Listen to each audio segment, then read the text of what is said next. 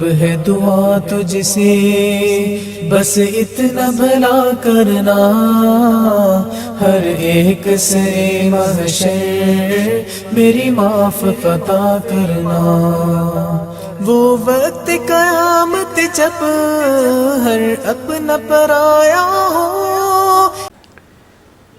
ناظرین گرامی، السلام علیکم ورحمۃ اللہ وبرکاتہ۔ میں ہوں آپ کا میزبان انصار عزیز ندوی، اور آپ اس وقت سیدھی بات کے جاری پروگرام پیغام فرقان کی 7ویں قسط ملاحظہ فرما رہے ہیں۔ ناظرین، آج ہم سورہ فاتحہ کی 5ویں آیت کی تفسیر پیش کر رہے ہیں۔ ایاک نعبد و ایاک نستعین، اے پروردگار ہم تیری ہی عبادت کرتے ہیں اور تجھ ہی سے مدد مانگتے ہیں۔ ناظرین، عبادت اپنے اندر بڑا گہرا مفہوم رکھتا ہے۔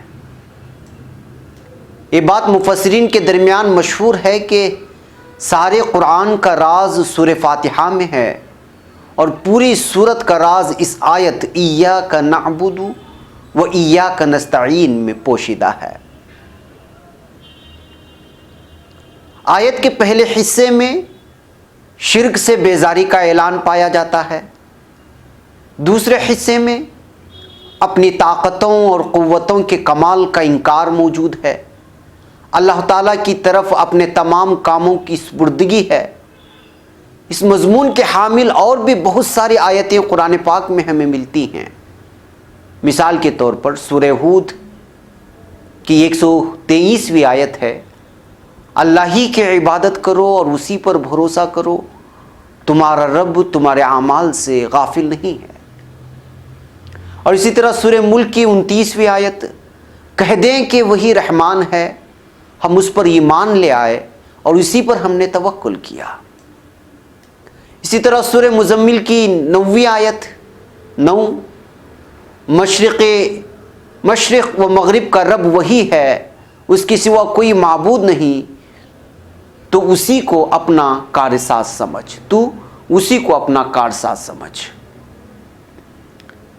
یہی مضمون اس آیت کریمہ میں بھی ہے۔ اس آیت میں اللہ تعالیٰ سے خطاب کیا گیا ہے جو نہایت لطیف و معنی خیز ہے، اس لیے کہ جب بندے نے اللہ تعالیٰ کی صفت و ثنا بیان کی تو اسے قرب الہی نصیب ہوئی، اللہ تعالیٰ کی تعریف کی تو اللہ کے قریب ہوا اور بارگاہ الہی میں وہ حاضر ہو گیا۔ اب اس مالک کو خطاب کر کے وہ اپنی ذلت اور مسکینی کا اظہار کرنے لگا اور کہنے لگا، یعنی اپنی لاچاری کا، اپنی بے بسی کا، اپنے کچھ بھی نہ ہونے کا اظہار کرنے لگا اور کہنے لگا کہ اے ہمارے پروردگار، ہم تو تیرے کمتر و ادنا غلام ہیں اور اپنے تمام کاموں کی تکمیل کے لیے تیری ہی محتاج ہیں۔ یہی سبب ہے کہ اس شخص کی نماز درست نہیں ہوگی جو اس سورت کو پڑھنا جانتا ہو اور پھر پڑھنے سے گریز کرے۔ اب وہ دنیا کا کتنا بھی بڑا آدمی کیوں نہ ہو، کتنا بھی بڑا بادشاہ کیوں نہ ہو، کتنا بھی بڑا شاہ کیوں نہ ہو، جب وہ نماز میں کھڑا ہوگا تو اس کو اعتراف کرنا ہی ہوگا اپنی مجبوریوں کا، اپنی بے بسیوں کا، اپنے کمتر اور ادنا ہونے کا۔ جیسا کہ بخاری و مسلم شریف کی حدیث میں ہے کہ حضرت عبادہ بن صامت رضی اللہ تعالیٰ عنہ سے مروی ہے کہ رسول اکرم صلی اللہ علیہ وسلم نے فرمایا، وہ شخص کی نماز نہیں ہوئی جس نماز میں سورہ فاتحہ نہیں پڑھی۔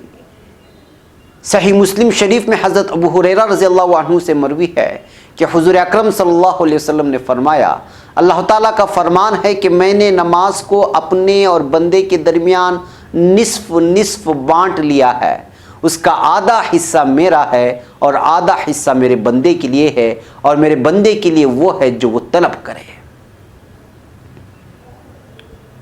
جب بندہ الحمدللہ رب العالمین کہتا ہے تو اللہ فرماتا ہے میرے بندے نے میری حمد بیان کی۔ جب میرا بندہ کہتا ہے الرحمن الرحیم تو اللہ فرماتا ہے میرے بندے نے میری ثنا کی، یعنی میری تعریف کی۔ جب بندہ کہتا ہے مالک یوم الدین تو اللہ فرماتا ہے میرے بندے نے میری بزرگی بیان کی۔ الرحمن الرحیم کہتا ہے تو اللہ تعالیٰ فرماتا ہے میرے. اسی طرح ایاک نعبد و ایاک نستعین کہتا ہے تو اللہ تعالیٰ فرماتا ہے یہ میرے اور میرے بندے کے درمیان ہے اور میرے بندے کے لیے وہی ہے جو وہ طلب کرے. پھر وہ آخر سورت تک پڑھتا ہے, اللہ تعالیٰ فرماتا ہے یہ میرے بندے کے لیے ہے اور میرا بندہ جو مجھ سے مانگے اس کے لیے حاضر ہے. حضرت ابن عباس رضی اللہ عنہ فرماتے ہیں کہ ایاک نعبد کے معنی ہیں اے ہمارے رب ہم خاص طور سے تیری ہی توحید کے قائل ہیں, تیرے ایک ہونے کے قائل ہیں اور تجھ پر ہی ایمان رکھتے ہیں, تیرے ساتھ ہم کسی کو شریک نہیں کرتے اور تجھ ہی سے ڈرتے ہیں اور تیری ہی ذات سے امید بھی رکھتے ہیں. صرف ڈرنا نہیں, جو کچھ بھی اس دنیا میں حاصل ہوگا اس کی امید بھی تجھ ہی سے ہے کہ تو عطا کرنے والا ہے. تیرے سوا کسی کی بھی عبادت نہیں کرتے, نہ ڈرتے ہیں نہ امید رکھتے ہیں. یعنی کہ جو اچھی چیز ہوگی وہ بھی تجھ سے اور جو مصیبت لاحق ہوگی وہ بھی تیری ہی جانب سے. اس طرح کی ایمان ہم لوگ رکھتے ہیں. اس بات کا اقرار بندہ اس سورے میں کرتا ہے. اور ایاک نستعین سے مراد یہ ہے کہ ہم تیری ہی اطاعت گزار اور اپنے تمام کاموں میں تجھ ہی سے مدد مانگتے ہیں. تیرے علاوہ کسی اور سے مانگنے کی ہمیں نہ حاجت ہے نہ ضرورت ہے. حضرت قتادہ فرماتے ہیں اللہ تبارک و تعالیٰ کا حکم ہے کہ تم سب اسی کی خالص عبادت کرو اور اپنے تمام کاموں میں اسی سے مدد مانگو. ایاک نعبد کو پہلے لانا اس لیے ہے کہ اصل مقصود اللہ تعالیٰ کی عبادت ہی ہے اور اللہ کی جانب سے مدد کیا جانا عبادت کا فطری نتیجہ ہے. انسان جب عبادت کرتا ہے, سجدہ کرتا ہے تو وہ اپنے لیے کچھ مانگتا ہی ہے اور یہ انسان کا فطری ہے, اس کی فطرت میں شامل ہے. اللہ کو راضی کرتا ہے پھر اللہ سے مانگتا ہے. اسی لیے ایاک نعبد, اے اللہ ہم تیرے سامنے سرب سجود ہیں, ایاک نستعین اب تو میرے مدد فرما.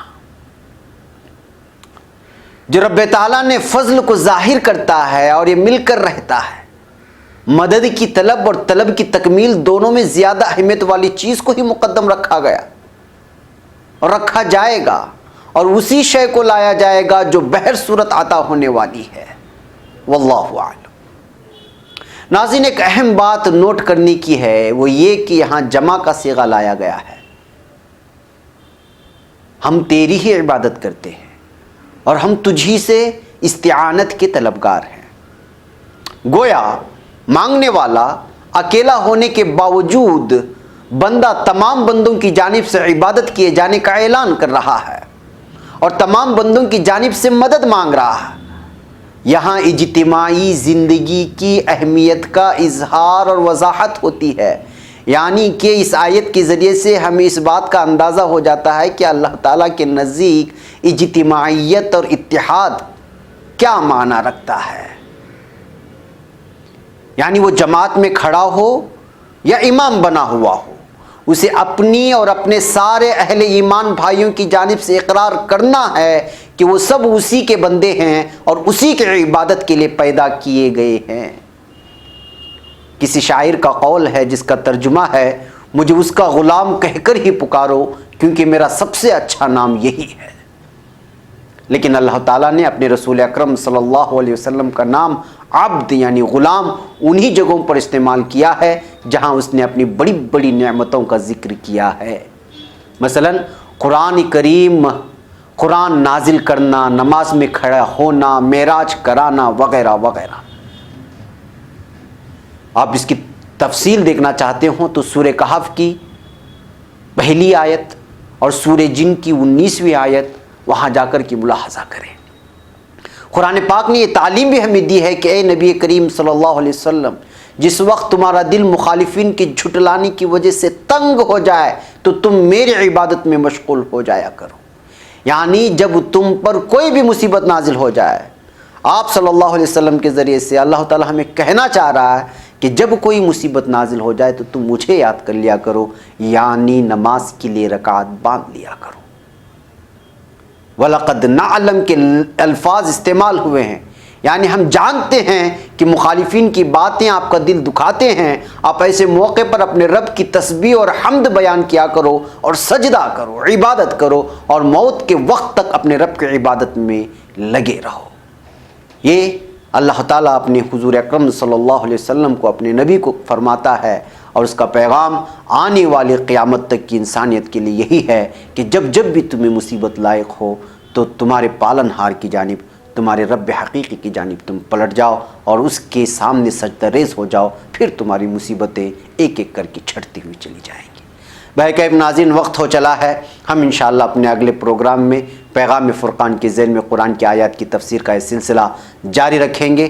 اپنا بہت سارا خیال رکھیے اور اپنے اس میزبان کو بھی اپنی دعاؤں میں یاد رکھیے، اور اس ویڈیوز کو ثواب جاریہ سمجھ کر اس کی لنک کو بھی شیئر کریں اور اس کی ویڈیوز کو بھی جہاں تک ہو سکے پہنچانے کی کوشش کریں، کیونکہ یہ وہ عام تفسیر نہیں ہے جس طرح کی تفسیر ہوتی ہے۔ یہاں ہم آپ کو کھنگال کر اور گہرائی اور گہرائی میں جا کر کے وہ تفصیلات لا رہے ہیں جس پر پورا ایک ہفتہ کام چلتا ہے، پھر آپ تک یہ چیزیں پیش کی جاتی ہیں۔ ہمیں امید ہے کہ آپ اسی طرح ہمارے ساتھ جڑے رہیں گے۔ اگلے ہفتے تک کے لیے پیغام فرقان کی ٹیم کو اجازت دیں۔ السلام علیکم ورحمۃ اللہ وبرکاتہ۔